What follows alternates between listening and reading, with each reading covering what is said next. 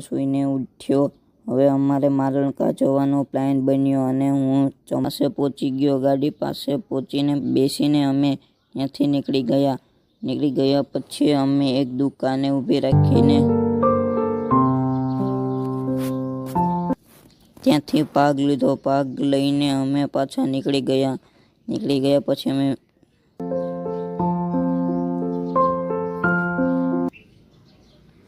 માલણકા પહોંચી ગયા। માલણકા પહોંચીને અમે અમારી મેઇન લોકેશને આવી ગયા અને ત્યાં ઘડીક વાર નાહી ધોઈ ત્યાંથી પણ નીકળી ગયા।